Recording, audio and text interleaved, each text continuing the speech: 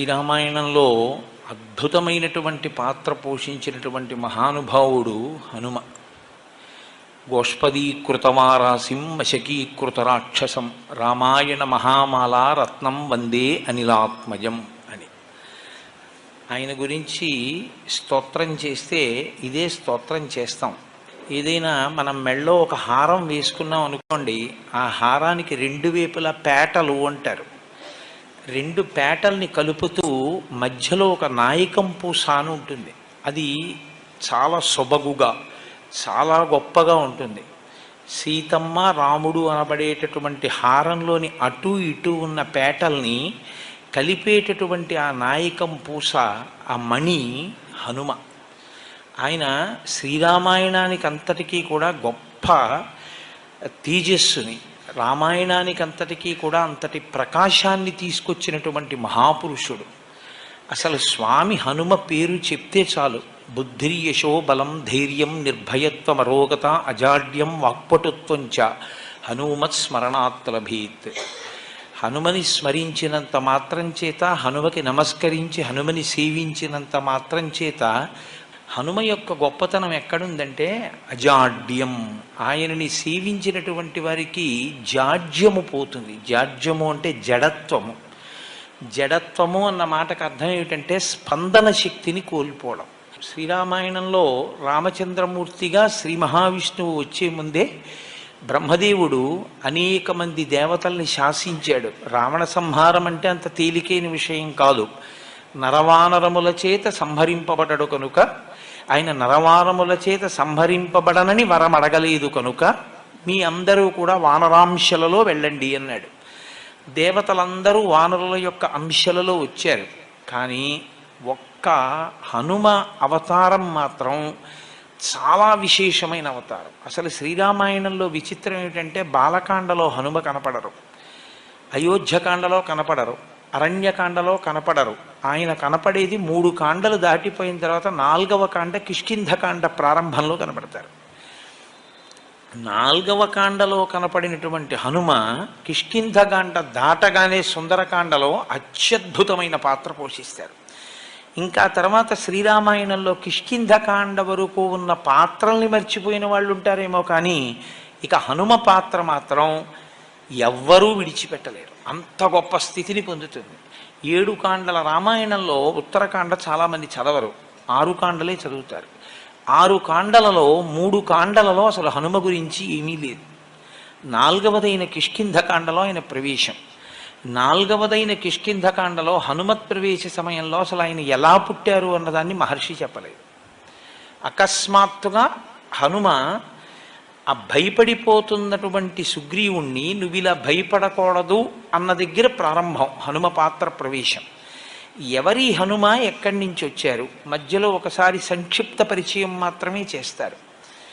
కానీ అసలు హనుమ యొక్క అవతార విశేషాన్నంతటినీ కూడా శ్రీరామాయణం ఉత్తరకాండలో చెప్పారు. అందులో అంజనాదేవి వాయుదేవుణ్ణి తన గర్భమునందు ధరించింది, అనగా వాయువు యొక్క తేజస్సుని ధరించి ఆమె గర్భవతి అయింది. కారణజన్ముడైనటువంటి ఒక మహాపురుషుడు జన్మించాలి. ఆమె పర్వత గుహలో ఉంది ఆ సమయంలో, అరణ్యంలో. ఆమెకి శాలిశూక నిభాభాసం ప్రసూతేమం తదాంగన ఫలాన్యాహర్తుకామా వై నిష్క్రాంత గహనే వనే అన్నారు మహర్షి.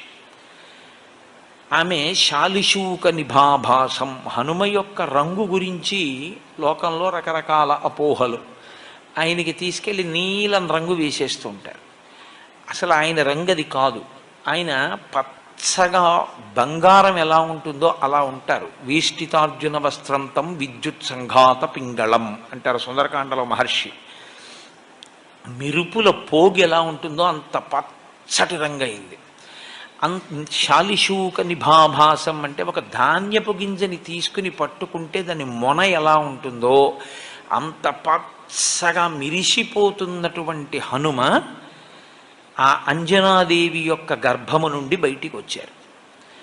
ఆవిడికి ఆకలేసి ఓ పండు తిందామని ఆ గుహలోంచి ఆ పక్కన ఉన్న అడవిలోకి ఆవిడ వెళ్ళింది. ఫలాన్యాహర్తు కామ వై నిష్క్రాంత గహనేవని. ఇప్పుడు ఈ పిల్లవాడు పడుకుని ఉన్నాడు, అప్పుడే పుట్టాడు. పుట్టి ఇంకా కొద్ది సమయం ఈ పిల్లవాడికి ఆకలేసి పాలు ఇవ్వడానికి అమ్మ దగ్గరలో లేదు. పుడుతూనే ఈ పిల్లవాడికో పండు తిందామనిపించి ఆయన పైకి తలెత్తి చూశాడు. బాలసూర్యుడు కనబడ్డాడు. అంటే తెల్లవారుజాము సమయంలో సూర్యోదయ సమయమునందు స్వామి హనుమ జన్మించారు. ఆ బాలసూర్యుణ్ణి చూసి ఇదేదో ఎర్రటి పండు అనుకున్నారు ఆయన. అనుకుని వెంటనే బాలార్కాభిముఖో బాలో బాలార్క ఇవమూర్తివాన్ అన్నారంతే మహర్షి. బాలసూర్యుణ్ణి చూసి తినే పండనుకుని ఈయన కూడా బయలుదేరి సూర్యపథం వైపుకి వెళ్ళిపోయారు. ఇప్పుడు వాళ్ళిద్దరూ ఒకరికొకరు ఎదురుగా ఎలా ఉన్నారు? మహర్షి అన్నారు, బాలార్కాభిముఖో బాలో. బాలసూర్యుని ఎదురుగుండా నిలబడిన ఈ బాలుడు కూడా అంతే తేజస్సుతో ఉన్నాడు.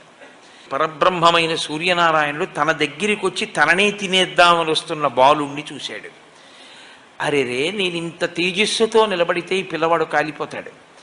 ఈ పిల్లవాడి యొక్క జన్మయే అపురూపము, అసాధారణము. వీడు లోకంలో తరువాతి కాలంలో చాలా ఉపకారం చెయ్యవలసినవాడు. కాబట్టి ఈ పిల్లవాడిని నేను చెనకకూడదు అని తన తేజస్సుని ఉపసంహారం చేశాడు. ఆ పిల్లవాడు దగ్గరికి వెళ్ళిపోయి ఆ సూర్య బింబాన్ని పట్టుకున్నాడు, పండనుకుని తిందామని. అది పర్వకాలం కాబట్టి రాహువు సూర్యుణ్ణి గ్రసించడం కోసమని ఆయన వచ్చాడు. పిల్లలకి చాపల్యం ఉంటుంది, కాసేపు ఇది పట్టుకుంటారు, ఇంకొకటి కనపడదు ఆకర్షణీయంగా అనిపిస్తే దీన్ని విడిచిపెట్టి దాన్ని పట్టుకుంటారు. కాబట్టి ఇప్పుడు ఆయన ఈ సూర్యబింబాన్ని విడిచిపెట్టి ఆ రాహువుని పట్టుకోవడానికి వెళ్ళారు. ఆ రాహువు ఈ పిల్లవాడిని చూసి హడిలిపోయాడు. హడిలిపోయి, నాకు దేవతలు వరమిచ్చారు, నేను మాత్రమే పర్వకాలంలో సూర్యచంద్రుల్ని రాహువు కేతువు తినాలి, అటువంటిది ఇవాళ ఒక పిల్లవాడు కూడా వచ్చాడు, కాబట్టి దేవతలు మర్యాద తప్పారు, కాబట్టి దేవతల అధిపతినైన ఇంద్రుణ్ణి అడుగుతానని చెప్పి ఆయన వెనక్కి తిరిగి వెళ్ళిపోయాడు. ఈ పిల్లవాడు గబగబా వచ్చి మళ్ళీ సూర్యబింబాన్ని ఈలోగా రాహువు దేవలోకానికి వెళ్ళి దేవేంద్రుడికి ఫిర్యాదు చేశాడు. అయ్యా, పర్వకాలంలో నేను తినాలి, కానీ వేరొక పిల్లవాడు వచ్చి తినేస్తున్నాడు సూర్యుడిని, అది ఎలా సంభవం? నేను వస్తాను పద అని ఇంద్రుడు బయలుదేరి వచ్చాడు ఐరావతం మీద. ఈ పిల్లవాడు సూర్యబింబాన్ని పట్టుకుని అది ఏదో కొరికి తినబడేటటువంటి పండనుకొని కొరకబోతున్న సమయంలో మళ్ళీ రాహువు వచ్చాడు. ఆయన మళ్ళీ ఈ బింబాన్ని వదిలేసి రాహువు దగ్గరికి వెళ్ళాడు. రాహువు భయపడి వెనకనున్న ఇంద్రుడి దగ్గరికి వెళ్ళాడు. ఈయన మళ్ళీ రాహువుని విడిచిపెట్టి ఇంద్రుణ్ణి చూశారు. ఇంద్రుడు ఏనుగు నచ్చింది ఈసారి ఆయనకి, ఎందుకంటే తెల్లగా ఉంటుంది ఐరావతం పుష్టిగా. ఈ పండు బాగుందని ఐరావతాన్ని వెళ్ళి పట్టుకుని కొరకబోతున్నారు. ఎక్కడ లేని కోపం వచ్చి ఇంద్రుడు వజ్రాయుధం పెట్టి కొట్టాడు. కొడితే అంతే, ఎడమ దవడ విరిగి ఆ పైనుంచి కింద పడిపోయారు. శ్రీరామాయణం ప్రకారం ఆయన ప్రాణములు ఉగ్గడింపబడ్డాయి. కింద పడిపోయి ఆ గుహలో రాతి మీద పడి కింద పడిపోయారు. కింద పడిపోగానే వాయువుకి తెలిసింది విషయం.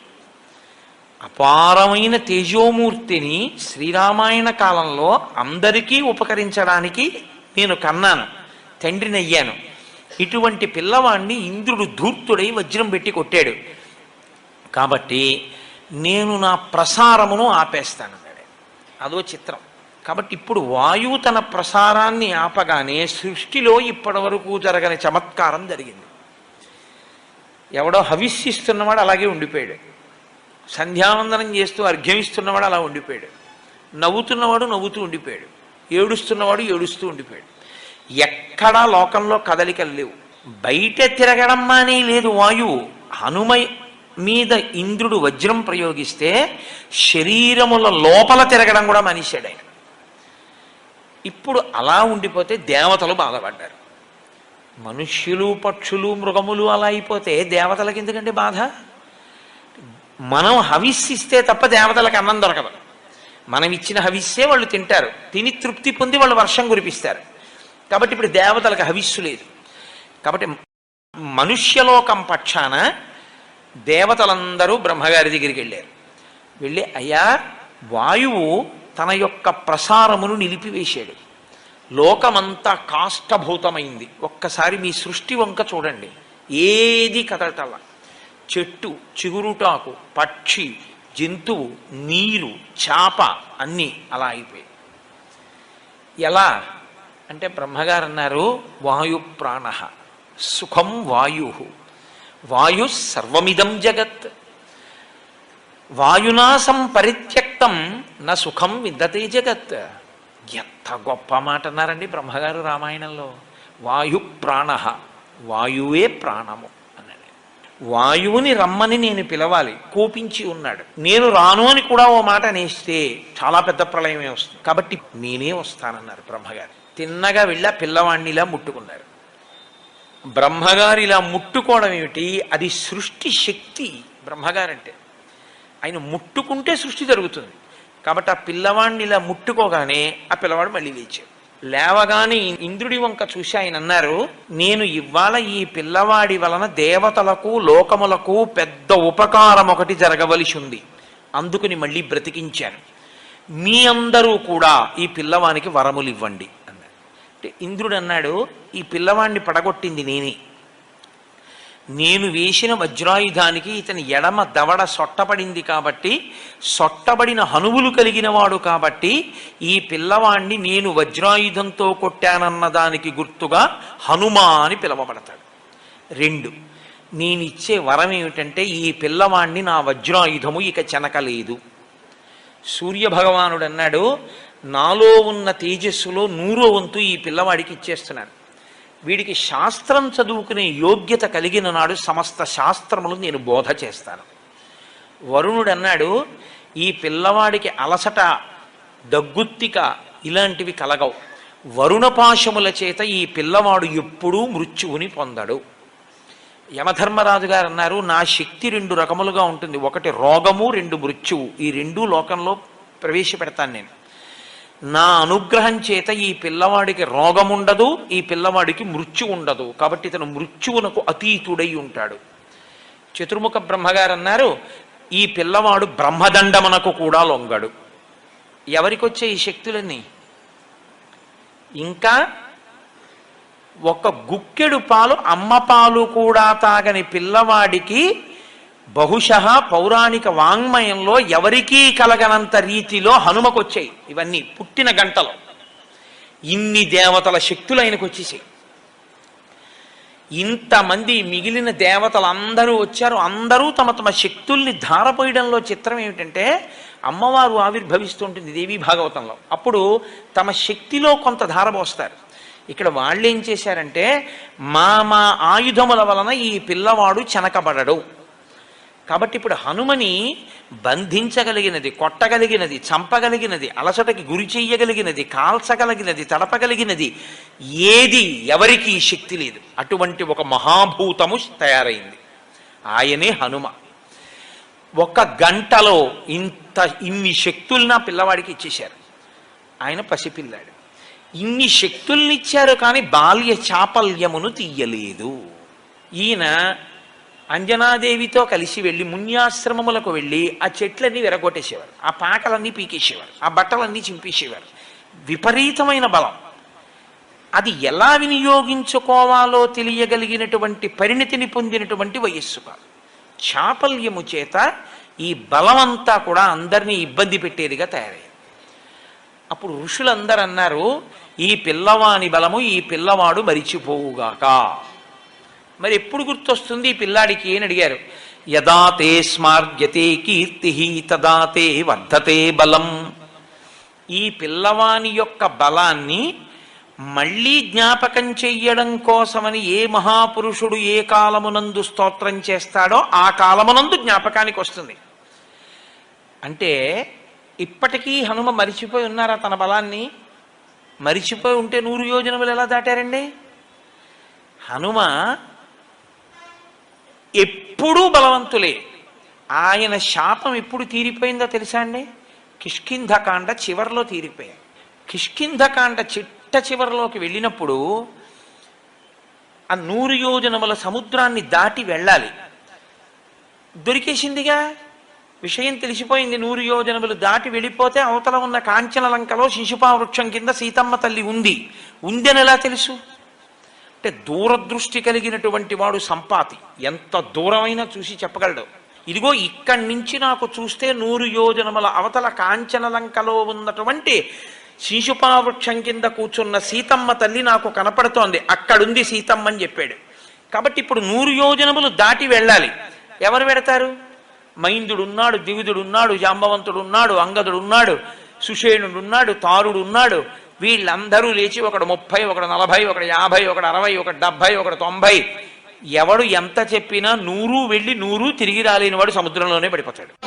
ఒక్క అంగదుడు అన్నాడు, నేను 100 యోజనములు దాటి లంకాపట్టణ ప్రవేశము చేయగలను, కానీ తిరిగి నేను వెనక్కి రాగలనా అన్న విషయంలో నాకు స్థిరమైనటువంటి అభిప్రాయం లేదు, రాగలనో రాలేను అన్నాడు.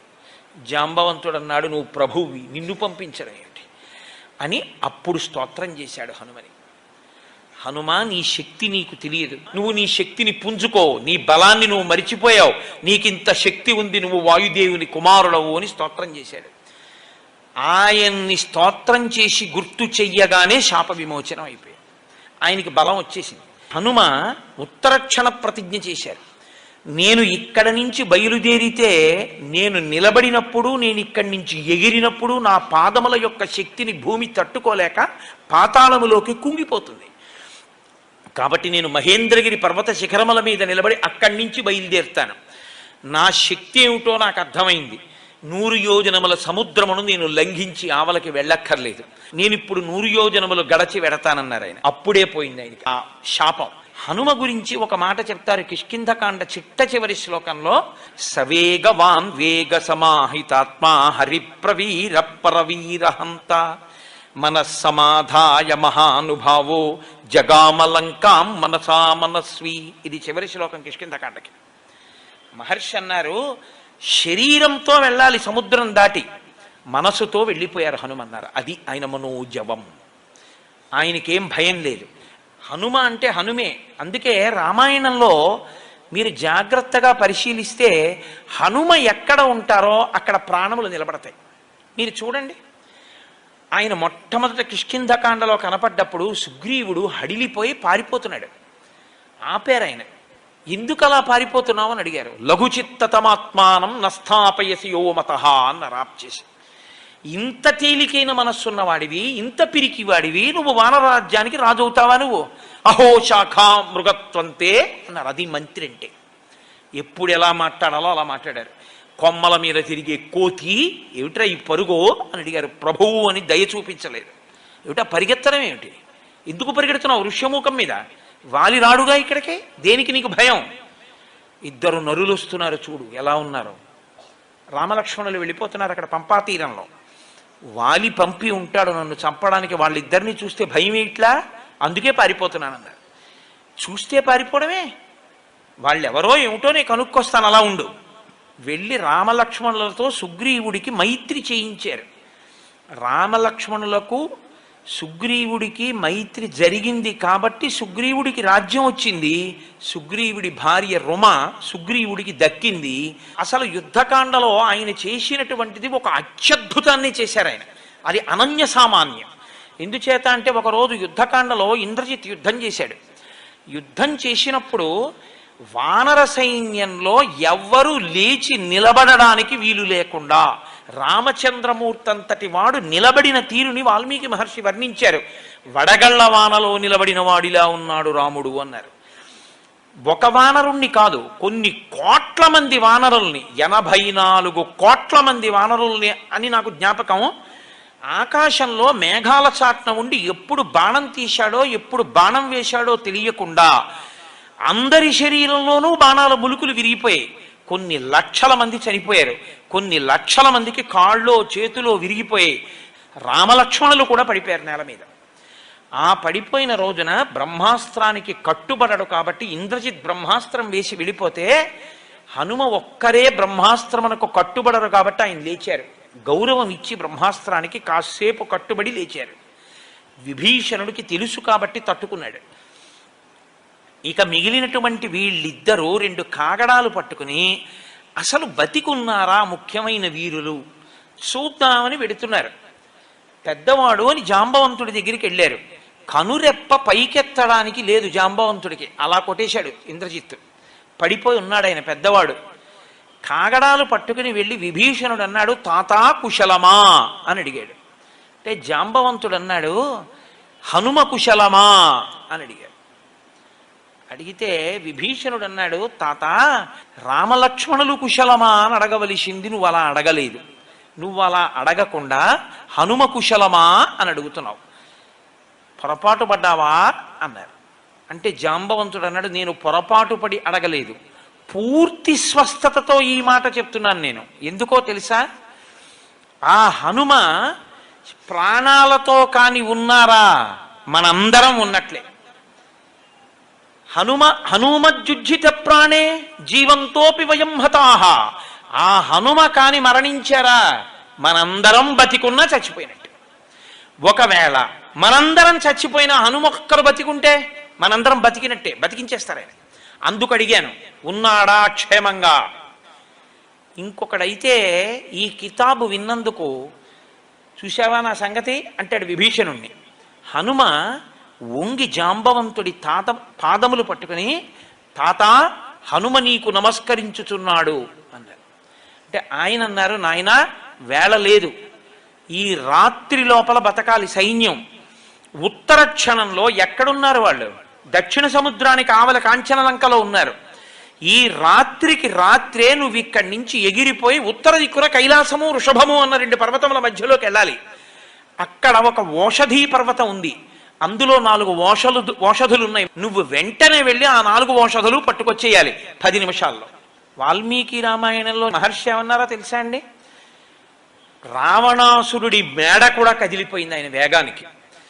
ఇలా కన్ను మూసి కన్ను తెరిచేటప్పటికి మెరుపు మెరిసినట్టు వెళ్ళిపోయారంటే అది ఆయన మారుత తుల్య వేగం. అంటే కైలాసము వృషభము మధ్యలోకి వెడితే ఓషధులు అనుకున్నాయి, ఈయన మనని తీసుకెళ్ళిపోవడానికి వస్తున్నాడు, ఈయనకి కనపడకుండా దాక్కుందామని తేజస్సుని అవి ఉపసంహారం చేస్తే రామకార్యం మీద వచ్చిన నాకు ఉపయోగపడకుండా దాక్కుంటారా? మీరెక్కడున్నా మా వైద్యుడున్నాడు సుషేణుడు, ఆయన కనిపెడతాడు అని పర్వతాన్ని పెకలించి తీసుకొచ్చేశారు లంకాపట్టణానికి. తీసుకొచ్చి అక్కడ ఆ పర్వతాన్ని దింపితే ఈ 4 ఓషధుల యొక్క శక్తికి ఈ 4 ఓషధులు ఎవరి కొరకు తేబడ్డాయో వాళ్ళు బతుకుతారు, అందుకని రాక్షసులు బతకలేదు. అది హనుమ యొక్క శక్తి. అంటే పని అయిపోయిన తర్వాత ఇంక ఈ పర్వతం ఇక్కడెందుకు, మళ్ళీ ఆ శిఖరాన్ని